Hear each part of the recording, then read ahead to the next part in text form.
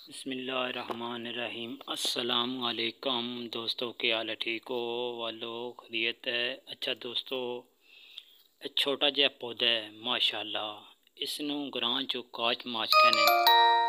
English च मेरे किसना नाम को नहीं पता, लेकिन ये प्यो दादे तो जनाब साडा ये चटनी वगैरह बना के खाने।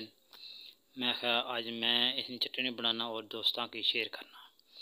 जनाब इसकी चटनी बिल्कुल सिंपल जी बननी है, बिल्कुल सिंपल।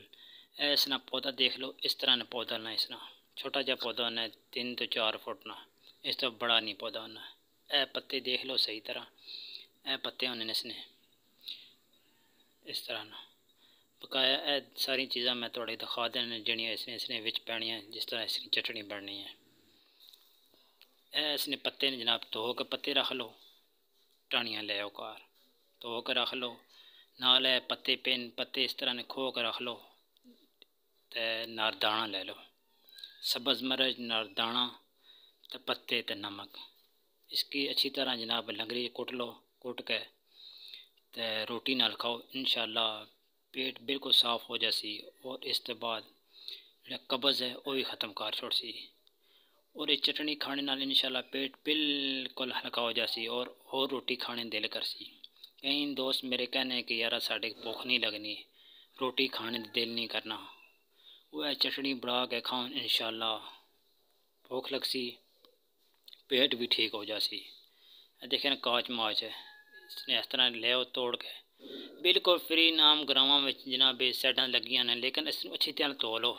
साढ़े को तो माशाअल्लाह इसने पौधे बहुत साफ होने, क्योंकि इधर मिट्टी धूड़ नहीं होनी।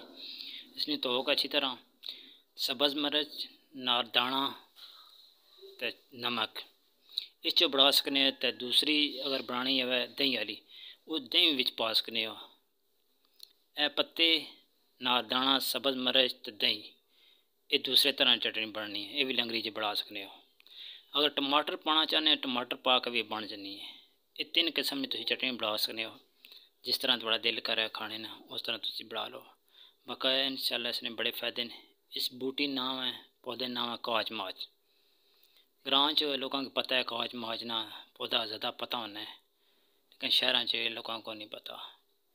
अगर इसने पत्ते ने खुशक कर लवे, खुशक करके फक्की बना लो, वो भी तुम चटनी पा के टमाटर लो वो थोड़ी जी पा लो, फिर भी चटनी इसने इंशाअल्लाह बन जानी है। इसने पत्ते खुशक करके पीस लो, दही लो, थोड़ी जी दही मिक्स कर खा लो, फिर ही पेट इंशाअल्लाह बिल्कुल ठीक हो जासी, कब्ज़ नहीं होगी। और रोटी जी वो सही आजमा कर सी।